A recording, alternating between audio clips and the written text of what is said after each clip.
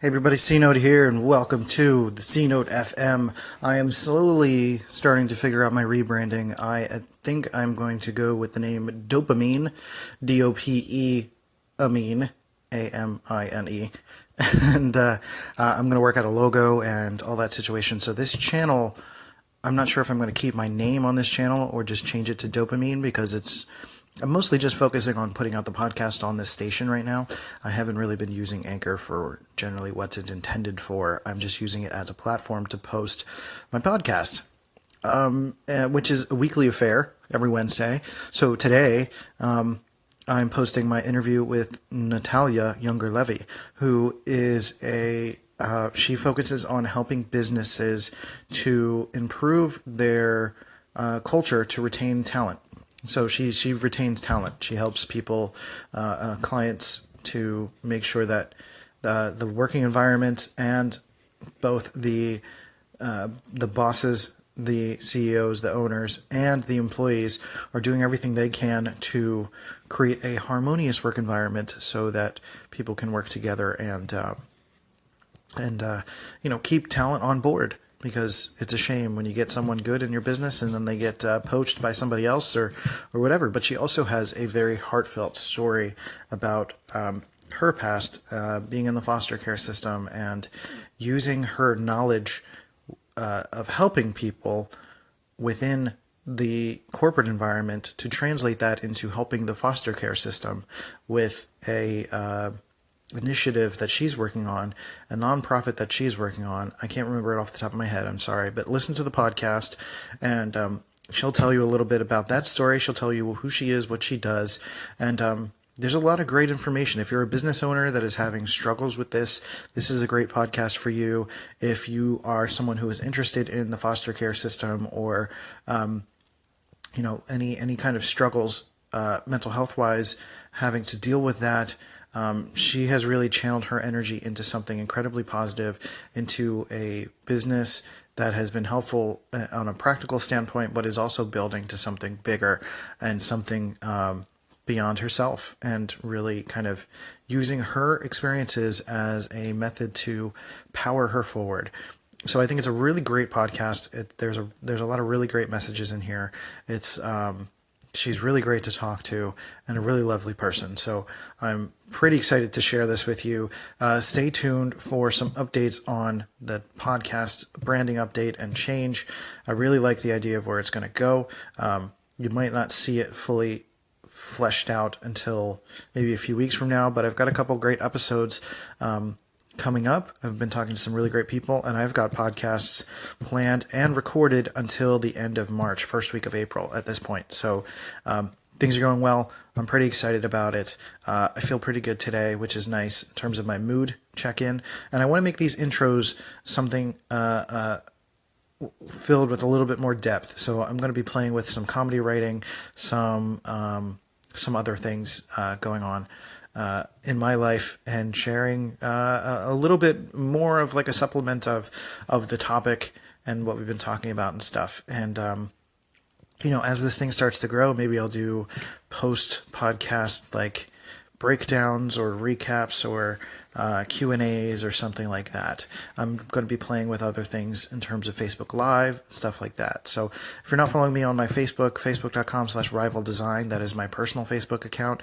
I think I'm going to change that to C-Note if that's available, so that's easier to find me. And that'll be a great way to connect with me. And over the course of February, as of now, I'm planning to do lives all month in February on my personal Facebook account. That means 28 days of Facebook Lives in different formats. I want to play with the format. I want to see what is clicking for people, what works, and just have myself a real good time, have fun, connect with people, and enjoy each other. So without further ado, listen to the podcast with Natalia Yungerlevi and enjoy. Drums, please.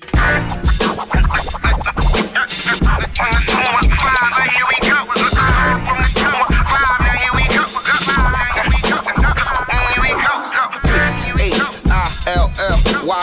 North, west, south, side, right, H, I, right, why? pertains to productivity and creativity. And with me today, I have a good friend of mine, Natalia Yungerlevi. Say hello to the people. Hi. Welcome to the podcast. Real quick, just give us the kind of synopsis of who you are, what you do, and where you're from. Sounds great. So I'm Natalia Yungerlevi, and I typically work with established business owners who are struggling with retaining talent and have high operating costs and are frustrated with employees just not showing up to work. And with my simple process called the 5 keys to retention, I help employers provide more value for their employees so that their employees are engaged and satisfied.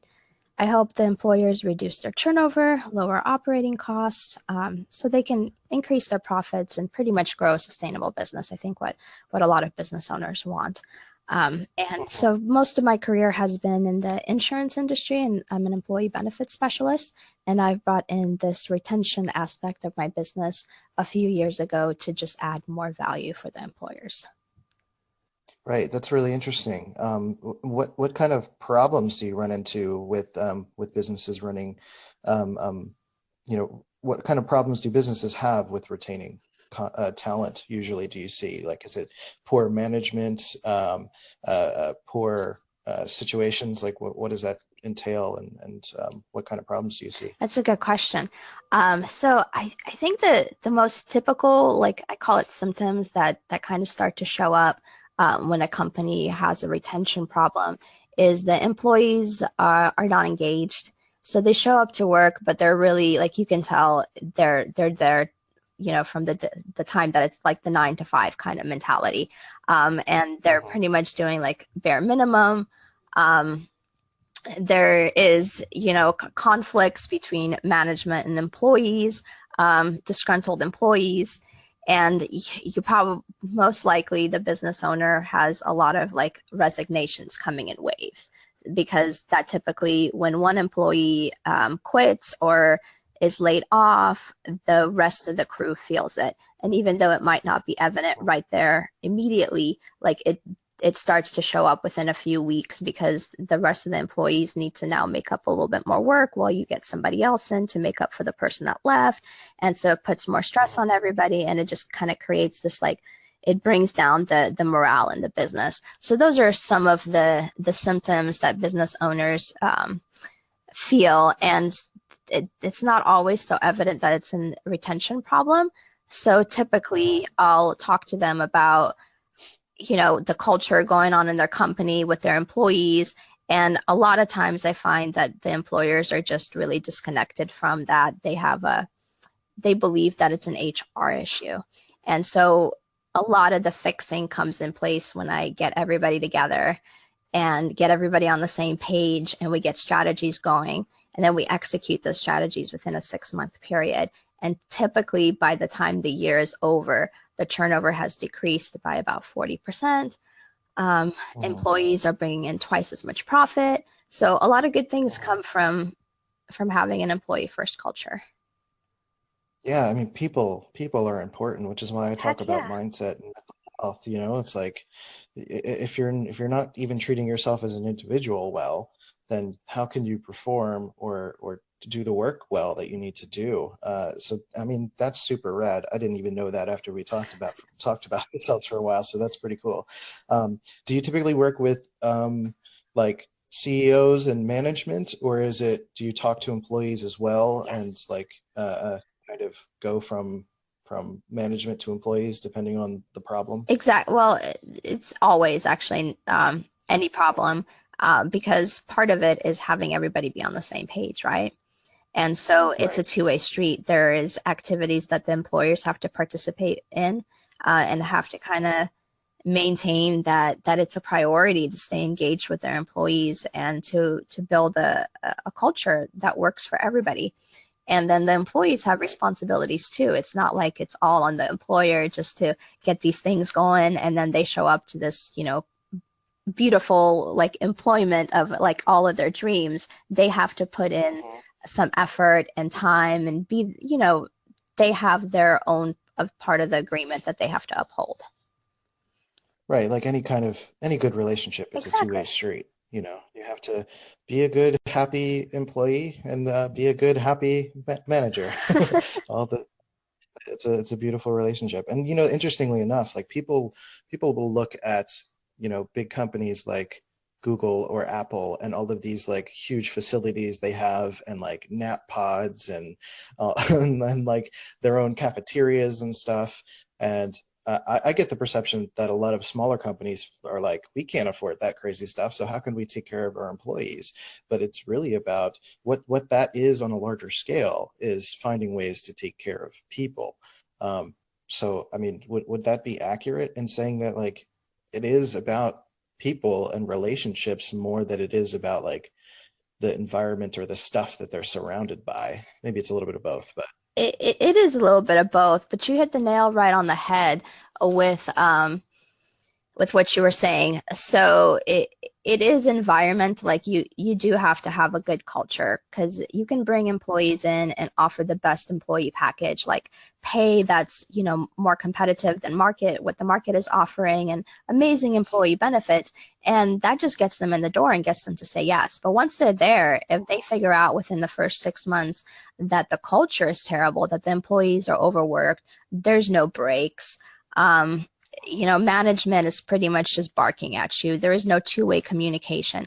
Then that's not a pleasant environment to show up to on a daily basis. So even if you are offering a really robust type of pay and amazing packages, people will still leave because it's not a rewarding place to be at on a daily basis. So it's really a balance of, that's why I call it the 5 keys to retention, because it's a balance of all the 5 keys and making sure that they're working together to really create the type of environment that you want that helps sustain growth. And when you were speaking about those big companies, and like I was mentioning, you hit the nail on the head. Like a lot of corporations that you might from the outside look and go, oh wow, this is a huge company and they're doing so much business, and they are, but it doesn't mean that they're retaining profit.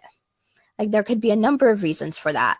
But a, a big portion of it is like out of control operating costs with recruitment. And so if you can really hone down on creating the right culture and the right engagement with your employees, then the other side of that, the benefit is you really cut down on your onboarding costs and recruitments and training costs because you're able to retain the employees. And so that mhm, also helps the business become much more profitable just by taking care of your people better. And right. sometimes a lot of like small businesses do have that belief that like, oh, we're really small, we've only got like a handful of people, so we can't be offering these type of benefits, like it'll break the bank. And those are my favorite folks to work with because I really love to show them how they can offer so much to their employees without taking on any extra costs. There is opportunity to take on extra costs if they want to do more, but it's not necessary. Right. What I found interesting in all of what you've been talking about so far, and well, first of all, the fact that you know your stuff and you're on it is fantastic, and I love it. It's great.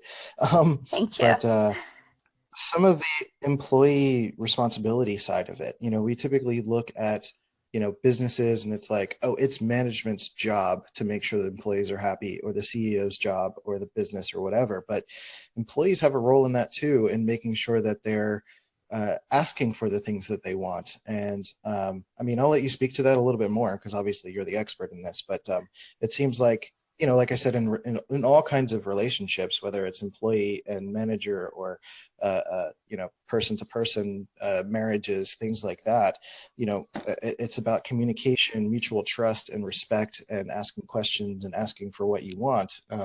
Like, can you speak to the employee side of their responsibility that they need to uphold to make sure that they're having a good the culture that they want? Yes.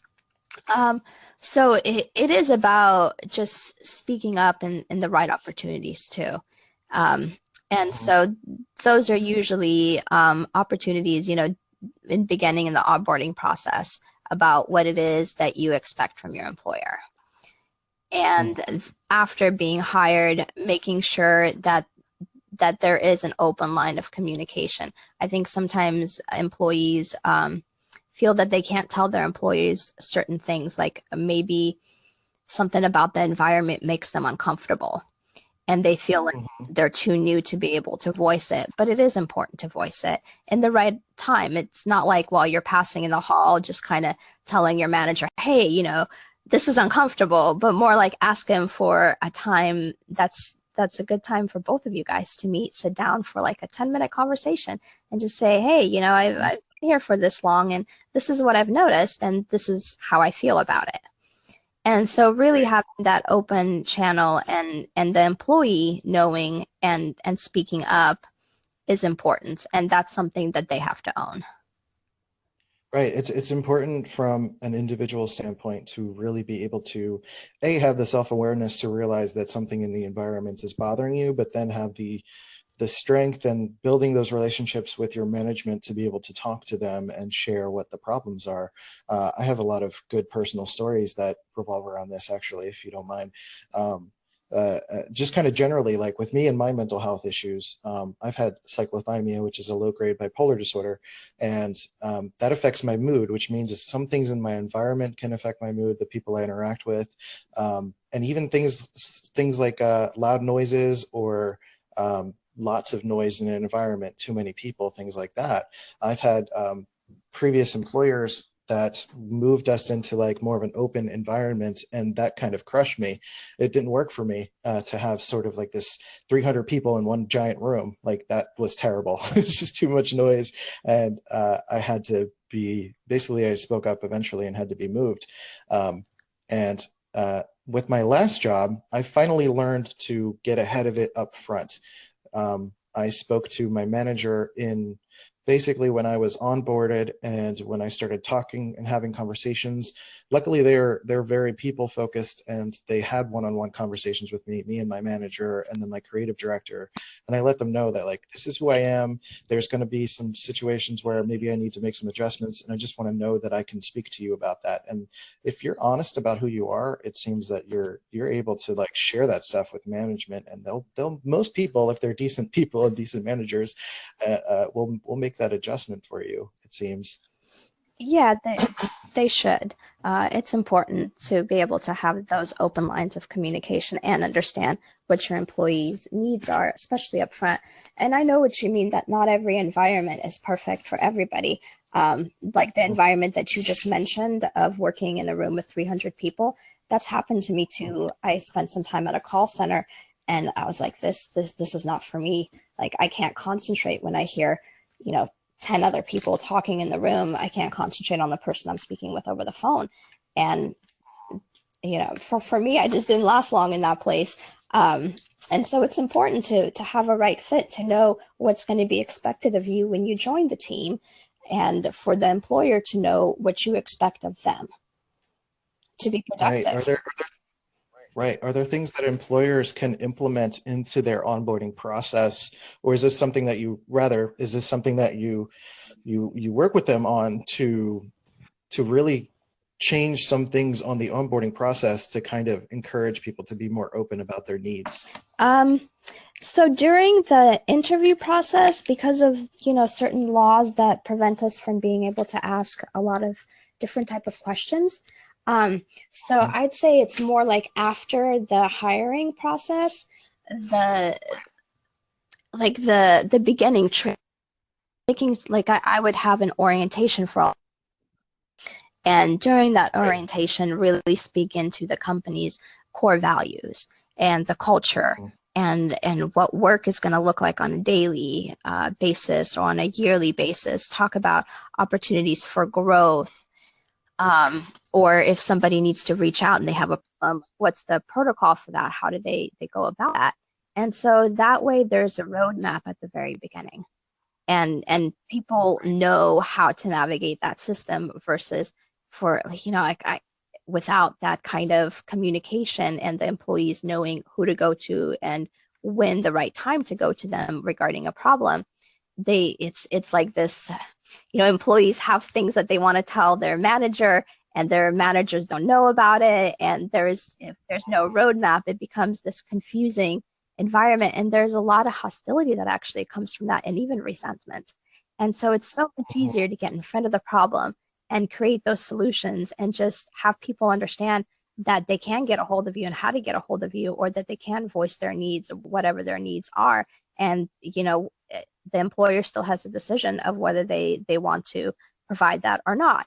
Um, so during I guess the beginning of the onboarding process, like having a orientation, really having things written out, like have an employee handbook so they know what the expectations of them are. Um, Mhm. all of those things are super important and help. Right.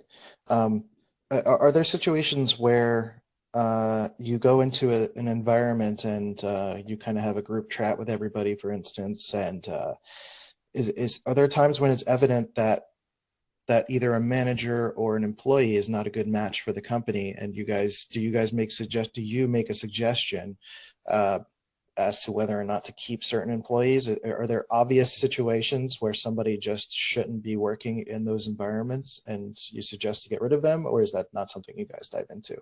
I mean, on a personal level, being in this industry for a very long time, yeah, I can sense when it's not the right fit.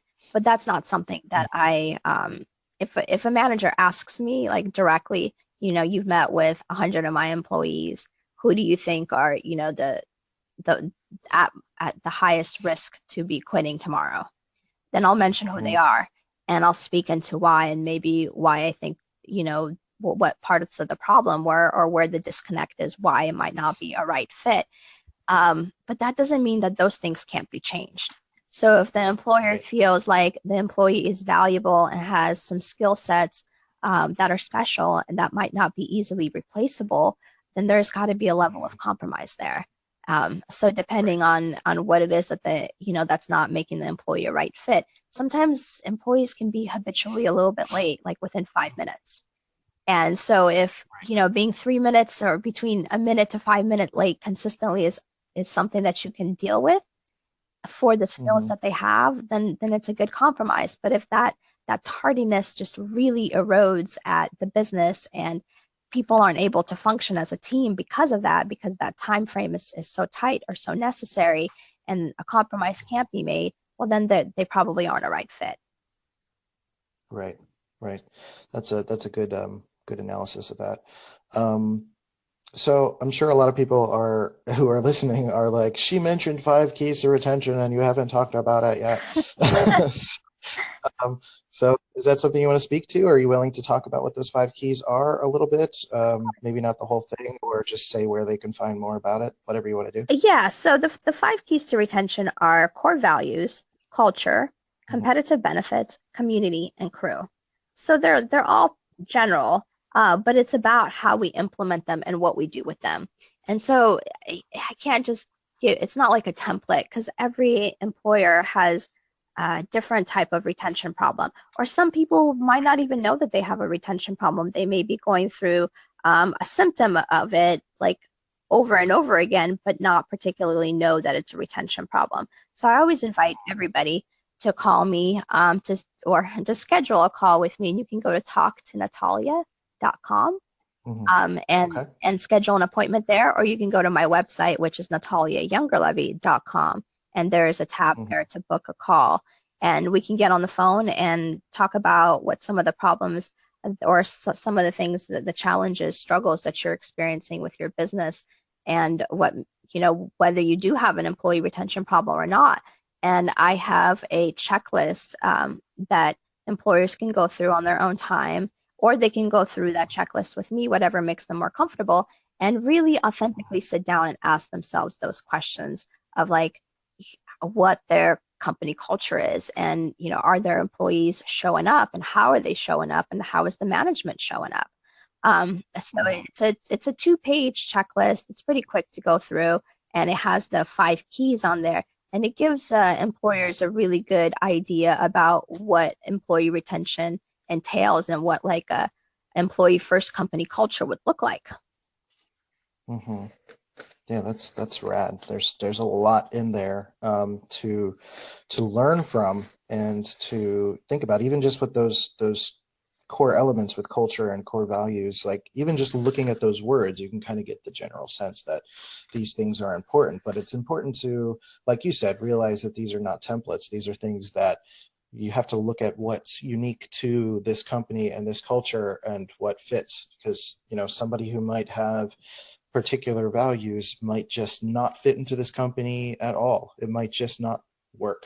uh, so that seems like it's an important thing to break down. That's pretty rad. Thank you. um, And not all companies of, or I should say, different size companies would have different types of strategies. So a strategy that right. I would recommend for a small business that's got about 8 people would not be the same strategy that I would recommend for a business that's got 350 people. Right.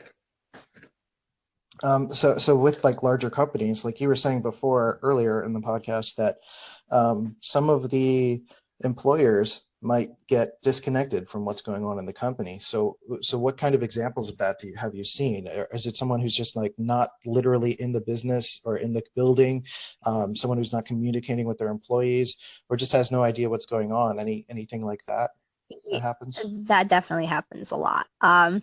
So especially the higher up management, you go like directors, and sometimes they do get disconnected from the business because they've outsourced a lot of those things.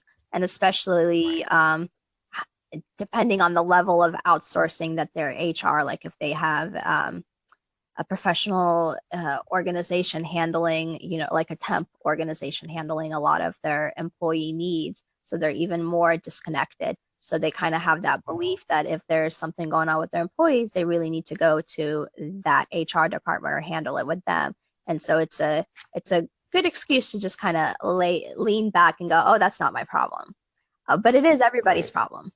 And so that's just getting people focused on that. Employee retention needs to be a top priority. It's like employers spend so much money recruiting these people and going through the Mhm. onboarding process and training them for, like, it's devastating to lose a person after 6 months that we just put all that time and effort in. And it's just even more devastating if it's like a manager that's been around for a year and a half or something and has gotten really to know your business and some of the unique things about your company that makes your company even better at servicing people. And then imagine that manager leaving for a small raise to your competitor. And then all that knowledge they're taking to your competitor. Right. That sucks. Really, It's it a pretty really does. Yeah. So sometimes employers think, oh, well, we don't have an employee retention problem because all the people that quit, I wanted them to quit anyway. Um, so Mhm. so all of the whether it's people that you wanted to quit or people that you didn't want to quit, it's more at looking at why that's happening and focusing and solving some of those problems. Or Right. And right. And if you're a CEO of a company and not taking ownership of your company, how are you going to expect management or employees to feel some sense of ownership over the company if you're not leading by example? exactly. That seems like a pretty clear thought there. Um, so another question I had was like, what types of businesses do you typically work with? Do you have? I mean, I don't think you would exclude yourself from any type of business, but what typically has come up, like IT companies, marketing agencies, what do you usually work with? So that's an interesting question because I've been in this industry for almost 10 years. So I've built Hmm. a large part of my business without the retention part at first in the beginning. And so Right. and if you go to my website, you could see all the different companies that I've worked with. But at the post office here within 3 counties is a big client of mine, and the sheriff department, um, Hmm. police, and fire. So I've worked a lot with government employees, and that's where I built my basically my base. And I've also worked with smaller employers like clinics, dentists, um, uh, healthcare clinics to be more specific, that might do dialysis or chemotherapy, stuff like that, or small doctors' offices. So, and most recently, since California has now become, a recreational marijuana state, I have been Hmm. working with cannabis business owners because they're going through a lot of changes right now, and their retention tends to be equivalent to like a call center. They've got like a 60% turnover rate. So there's a lot of room to basically grow there and be able to Mhm. help those businesses have a better bottom line and kind of stop the bleed in the sense of losing your people consistently. Yeah, there are so many people that are going to be really, or really are jumping onto the um, reductively the weed business because I just got a call from a friend of mine. I was in previously in San Diego for about 7 years, and I had a call from a guy in San Diego. He was just like, "We just got legalized. I got an idea for a t-shirt business that is like higher end clothing line, but to weed smokers." And I'm like, I'm probably gonna get a lot of calls like this. uh, because I mean, it's a big business. There's going to be a lot of opportunity in it, and you're definitely right to strike while the iron is hot for Yeah, that. it just felt like a natural progression of what I live in Los Angeles. So it's booming here right now, and it just felt like a natural progression of what I'm, already doing. Like I've been working with companies to provide them, insurance benefits for their employees, and now I'm just adding, or it's not now, like it's been for a little bit, adding this company or this employee retention portion of it to really, the reason why I did it was to tie in the everybody in the company together on the same page. Because before I was only doing employee benefits, and I noticed while speaking to the employees that they were having a lot of challenges, and the employers would also tell me about some of the challenges. But I felt like I was in the space where, like, oh, that's not what I came here to help you with. And they weren't particularly asking me for help either. They were just sharing these struggles, and I was hearing them on both sides. And after years and years, I thought, well, maybe I can help here. And so I started to and realized that so much good came from that, and employers were so much happier to not only provide the employee benefits to their employees, but really provide other intrinsic parts of their culture and really create a package that's not just about insurance or retirement or days off, that it's more core, it's more based in their core values and creates this company culture that's open and employee first type of culture where everybody's so like the synergy is just so much better and everybody's working together and the company grows so much quicker and makes more money when everybody is working together. I always say teamwork makes the dream work. Yeah, me too. That's one of my favorite sayings.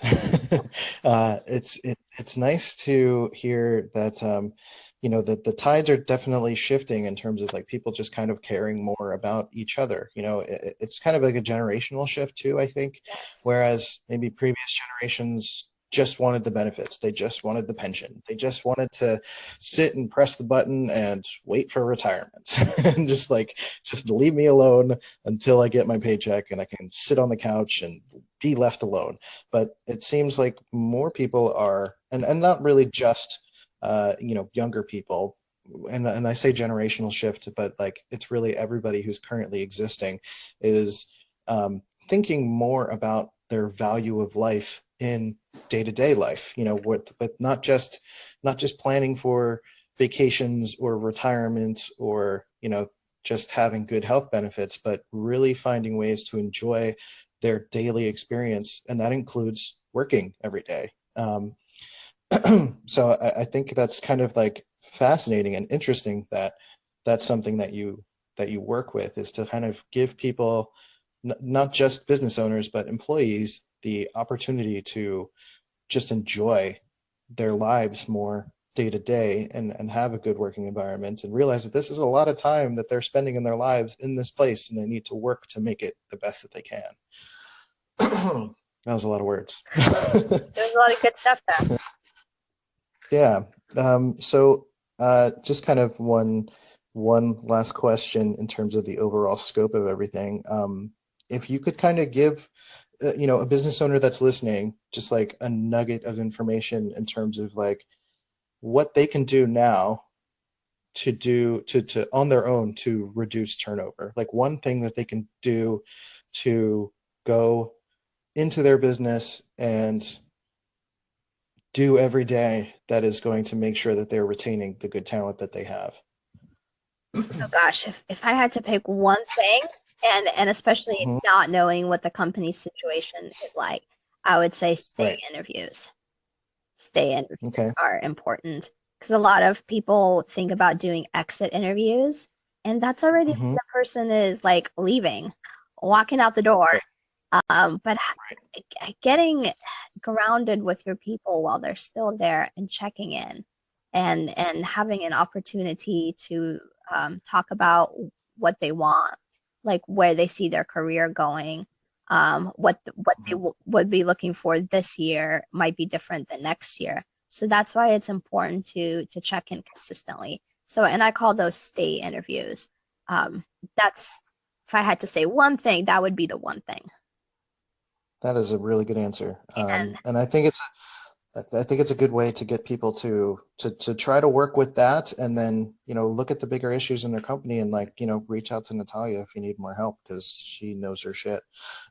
definitely. And if they're looking for more than one thing, they can sign up for my email campaign. And in that email campaign, I have 10 emails, and I mean, every email has at least two activities that you can start today that helps you get closer to a better retention rate. Yeah, that's a ton of value right there. So, like, absolutely do that. If you are a business owner and you're listening to this and you're having any kind of even if you're not having trouble, like, it's good to look into it. Like, when I'm, for me, like, I'll do a ton of research on something that has not yet happened or might not happen, or, like, I'll still, like, I'm in a very happy relationship, but I'll still look into, uh, uh like, dating articles and stuff just to, like, keep things good, you know? And I think it's like it's kind of like that same mentality of, like, even if things are good in your business, this kind of information coming from you and your newsletters and your emails, um, will can make sure that they're keeping themselves in check so that they can, you know, check with their employees and make sure everything stays good. Exactly. So, so I guess one last big question. Uh, I'm so what, what really got you going into this? Is it something that you felt you saw a lot of difficulty in personal experience and you wanted to help other people and businesses, or is it just a matter of opportunity mixed with your skill set and you decided to just dive in and do this? That's a good question. I don't know if I have a quick answer for it, but I'll do my best. And so for I got time. okay, perfect.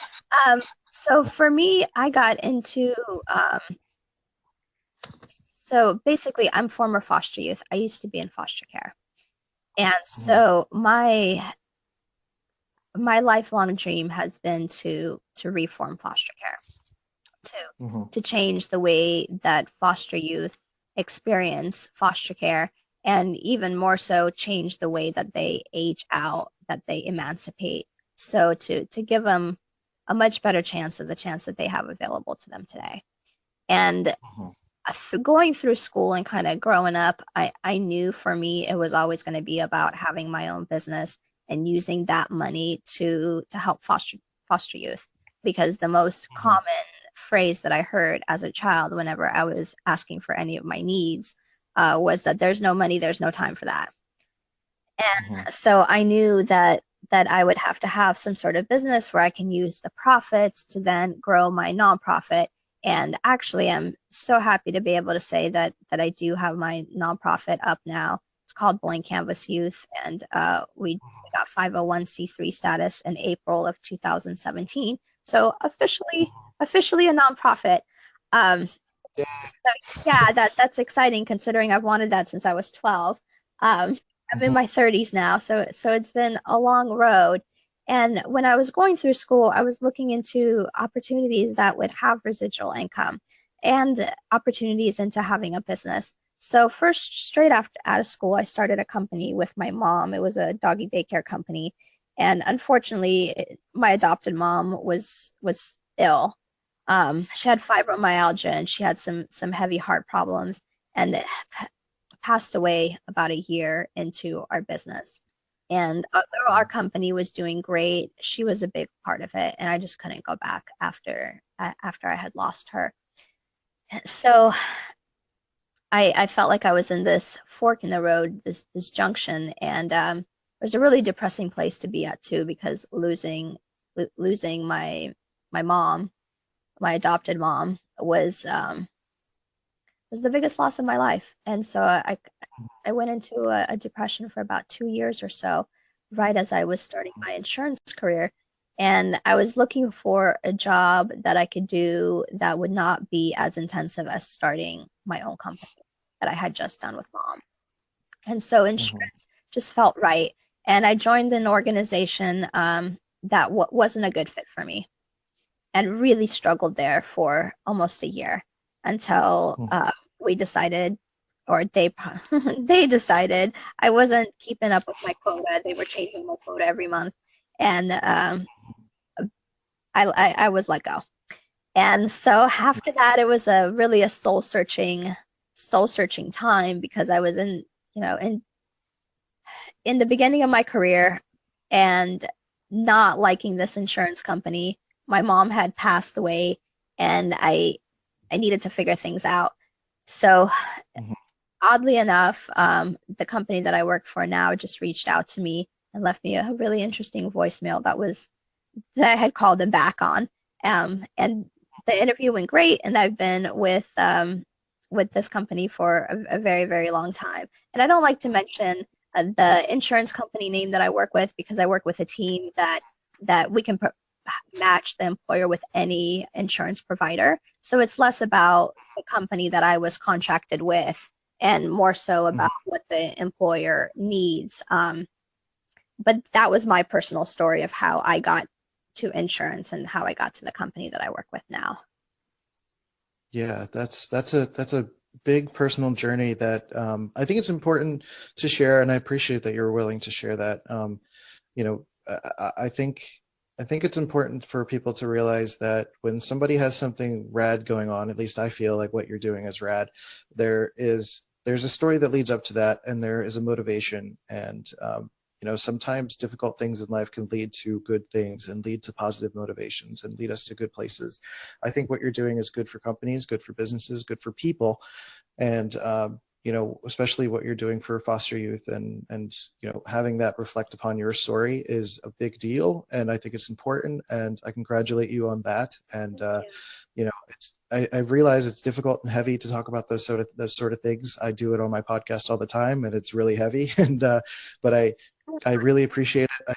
I think a lot of people appreciate that you can be open about that. And I don't know, I'm proud of you. I think a lot of people that would hear this are proud of you and what you've been doing, and keep going with that.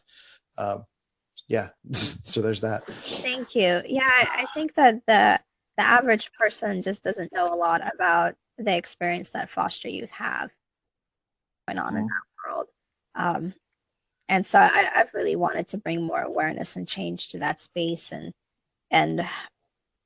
and I mean, not only the community knowing more about foster youth and what that experience is like, so they can step in and make that better, or at least be aware of what the situation is, but more so for the youth themselves, to really help them heal the trauma.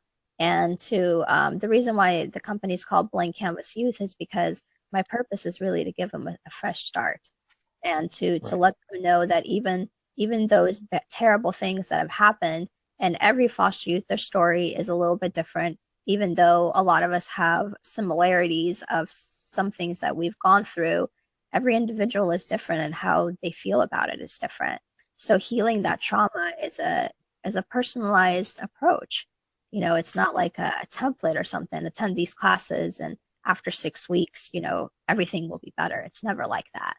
Everybody's journey is slightly different, but it's so important to be a community and to help foster youth through that journey, because it's a really lonely place, and it leads to a lot of bad places like homelessness. Um, Mhm. so those are the problems that I'm trying to help solve. And being an insurance representative and knowing my way around that world, it's also really important for me to make sure that foster youth have medical benefits, and that their medical needs are tended to. And Mhm. especially foster youth with disabilities, it's so easy for them to fall through the cracks and not really have their needs met. Um, and I step in for that. Yeah, I think all of the assets and knowledge that you're utilizing in the with businesses and helping them is a reflection of what you want to do with foster youth and the kids, and it's kind of like the foster youth part of it is kind of like the grander picture that I think a lot of us are trying to change when we're talking about building better relationships with people and being able to speak up for ourselves and get what we want and the environment we want and the care that we want and the help that we want. We want that for kids, we want that for people. And if we're able to do that in businesses and make that more commonplace, then that'll be passed down to children and that'll be passed along to other parts of society and life and be a big change for a lot of the way that we give and hope for certain kinds of respect from people and from society, if that makes sense. Yeah, perfect sense. Yeah. Awesome. Well, I think what you're doing is amazing, both in business and with the Blank Canvas Youth. Is there a website or a Facebook page for Blank Canvas that people can go to check that out? Yeah, it's blankcanvasyouth.org. The website doesn't have a lot there right now. It's kind of got our mission statement, and but I'm working on making that better. And if there is anybody who wants to participate or donate or anything like that, you can reach out to me through my regular website, through nataliayungerlevi.com, or schedule a call with me through talktonatalia.com. And I'd love to hear about that.